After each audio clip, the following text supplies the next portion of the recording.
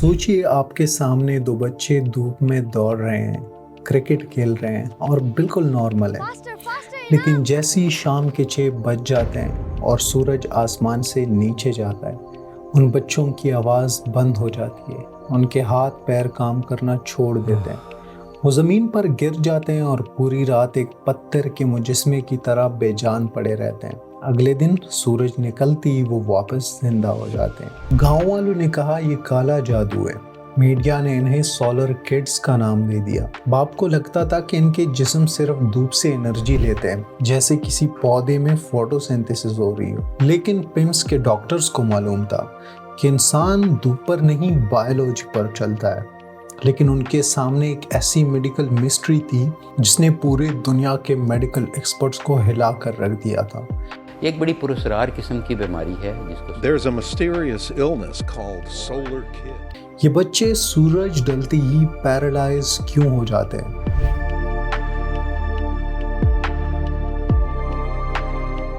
ये कहानी शुएब और अब्दुल रशीद की है। इनका ताल्लुक बलूचिस्तान के एक छोटे से गांव से था। इनके वालिद हाशिम सालों से परेशान थे। इन बच्चों की पैदाइश नॉर्मल थी, लेकिन जैसे जैसे ये बड़े हुए एक अजीब सा पैटर्न शुरू हो गया। दिन के वक्त ये बच्चे फुल एनर्जी में होते, लेकिन दोपहर के बाद इनकी एनर्जी गिरने लगती। असर के वक्त इनके कदम भारी हो जाते और मगरिब तक इनका जिस्म कंप्लीटली पैरालाइज हो जाता। वो बोल नहीं सकते थे, खा नहीं सकते थे और यहाँ तक कि खुद करवट भी नहीं बदल सकते थे। उनका दिमाग पूरी तरह जाग रहा होता, लेकिन जिस्म उनकी कमांड मानने से इनकार कर देता था। जब ये केस नेशनल न्यूज़ पर आया तो दुनिया भर से थ्योरीज आने लगी। क्या ये कोई नया वायरस था? क्या इनकी स्किन में कोई ऐसी म्यूटेशन थी जो धूप को एब्जॉर्ब करके इलेक्ट्रिसिटी बनाती थी? पिम्स के मेडिकल बोर्ड ने सबसे पहले एक बहुत सिंपल लेकिन ब्रिलियंट टेस्ट किया। उन्होंने इन बच्चों को दिन के वक्त एक बिल्कुल अंधेरे कमरे में बंद कर दिया ताकि इन तक सूरज की एक किरण भी ना पहुंचे। रिजल्ट, बच्चे उस अंधेरे कमरे में भी बिल्कुल नॉर्मल खेलते रहे। फिर उन्होंने रात के वक्त इन्हें तेज आर्टिफिशियल लाइट वाले ब्राइट रूम में रखा। रिजल्ट, बच्चे ब्राइट लाइट्स के बावजूद पैरालाइज हो गए। इस एक टेस्ट ने सब कुछ बदल दिया।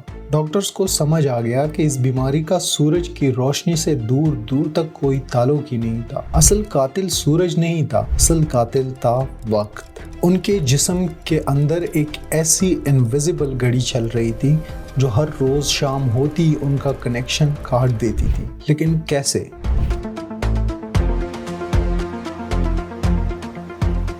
इस मिस्ट्री को सॉल्व करने के लिए डॉक्टर्स को खून की नालियों से आगे बढ़कर दिमाग के सबसे कॉम्प्लेक्स हिस्से में जाना था। हमारा दिमाग हमारे मसल्स को कंट्रोल करने के लिए केमिकल मैसेंजर्स का इस्तेमाल करता है, जिन्हें हम न्यूरोट्रांसमीटर्स कहते हैं। इनमें सबसे इम्पोर्टेंट मैसेंजर का नाम है डोपामीन। डोपामीन को सिर्फ खुशी का केमिकल मत समझिए। मूवमेंट यानी जिस्म को हिलाने के लिए डोपामीन एक इंजन ऑयल की तरह काम करता है। अगर दिमाग के बेजल गेंगलिया एरिया में डोपामीन ना हो तो आपका दिमाग चाहे जितना भी जोर लगा ले, आपकी टांगे और आपके हाथ आगे नहीं बढ़ेंगे। पार्किंसंस डिजीज के मरीजों में यही डोपामीन कम हो जाता है, जिसकी वजह से फिर उन्हें ट्रिमर्स होते हैं। लेकिन शुएब और रशीद को पार्किंसंस नहीं था। उन्हें एक बेहद रेयर जेनेटिक डिसऑर्डर था जिसे मेडिकल साइंस में सेगावा सिंड्रोम या डोपा रिस्पॉन्सिव डिस्टोनिया कहते हैं। इन बच्चों के डीएनए में एक जीन म्यूटेट हो चुका था जो एक खास एंजाइम बनाता है। इस एंजाइम का काम दिमाग में डोपामीन बनाना होता है। नॉर्मल इंसानों में दिमाग 24 घंटे डोपामीन बनाता रहता है, लेकिन इन बच्चों का दिमाग इतना वीक था कि वो दिन भर में सिर्फ एक छोटी सी रिजर्व ही बना पाता था। यहाँ पर आती है बायोलॉजी की सबसे दिलचस्प चीज, डायअर्नल वेरिएशंस। कुदरती तौर पर हर इंसान के दिमाग में डोपामीन का लेवल सुबह के वक्त सबसे हाई होता है। शाम आते आते ये लेवल गिरने लगता है। नॉर्मल लोग इस ड्रॉप को महसूस नहीं करते क्योंकि उनके पास एक्स्ट्रा डोपामीन मौजूद होता है, लेकिन शुएब और रशीद के पास ये रिजर्व नहीं था। जैसे एक कार जिसमें बस सिर्फ 1 लीटर पेट्रोल हो। सुबह जब वो सोकर उठते तो उनके टैंक में थोड़ा सा डोपामीन जमा हो चुका होता था, जिससे वो खेलते कूदते, लेकिन जैसे जैसे दिन गुजरता उनका डोपामीन खर्च हो जाता और शाम के 6 बजे तक उनका डोपामीन आखिरकार 0 हो जाता था। इंजन ऑयल ख़त्म, कनेक्शन लॉस्ट, बॉडी फ्रोजन। सूरज का डूबना सिर्फ इत्तेफाक था, असल में सारा खेल केमिकल्स का था।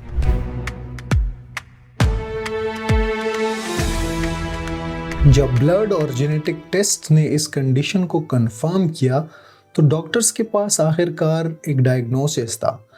सेगावा सिंड्रोम दुनिया में हजारों में किसी एक को होता है, लेकिन इस भयानक बीमारी का सबसे बड़ा ट्विस्ट इसकी तबाही में नहीं, इसके इलाज में छुपा है। जब आपको कोई बीमारी होती है तो आमतौर पर इलाज लंबा और मुश्किल होता है, लेकिन सेगावा सिंड्रोम के साथ एक मिरेकल जुड़ा हुआ है। अगर इनके जिस्म में डोपामीन की कमी थी तो क्या हम इन्हें बाहर से डोपामीन दे सकते हैं? डॉक्टर्स ने फौरन उन्हें इल-डोपा, जिसे लीवोडोपा भी कहा जाता है, उसकी गोली दी, जो सीधा दिमाग में जाकर डोपामीन में तब्दील हो जाती है। रात का वक्त था, दोनों भाई हमेशा की तरह बेड पर पैरालाइज पड़े थे।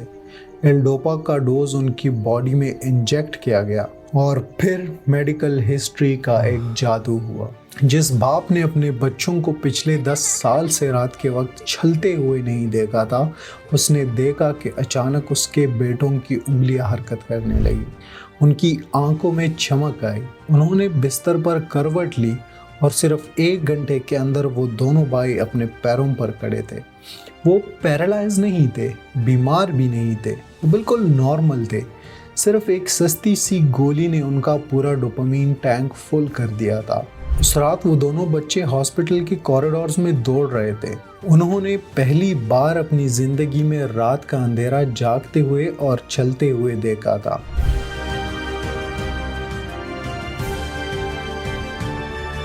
सोलर किड्स का केस सिर्फ पाकिस्तान की ही नहीं, दुनिया भर की मेडिकल हिस्ट्री के सबसे फैसिनेटिंग केसेस में से एक है। कई सालों तक इनके अपने गांव वाले और रिश्तेदार इन्हें किसी बदरूह का शिकार समझते थे। अगर पिम्स के डॉक्टर्स ने साइंटिफिकली इस प्रॉब्लम को अप्रोच ना किया होता तो शायद ये बच्चे पूरी जिंदगी दिन में आज़ादी और रात में कैद की सजा काटते। आज शुएब और रशीद की जिंदगी बिल्कुल नॉर्मल गुजर रही है। वो स्कूल जाते हैं, रात को दोस्तों के साथ बैठते हैं। उन्हें सिर्फ दिन में 1 या 2 बार इल-डोपा की गोली खानी पड़ती है, बिल्कुल वैसी जैसे कोई डायबिटीज का मरीज इंसुलिन लेता है। तो क्या सीखते हम इस कहानी से? ये कहानी हमें एक बहुत बड़ी चीज सिखाती है।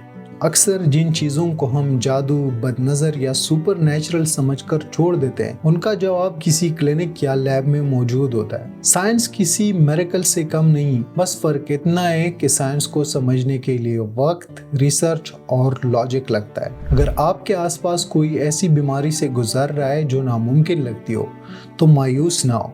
सही डायग्नोसिस किसी भी जिंदगी को बदल सकती है। आपको ये मेडिकल मिस्ट्री कैसी लगी? कमेंट करके ज़रूर बताएं। मैं डॉक्टर मोहम्मद मिलूंगा आपसे अगली मेडिकल स्टोरी के साथ। तब तक स्टे क्यूरियस, स्टे हेल्दी।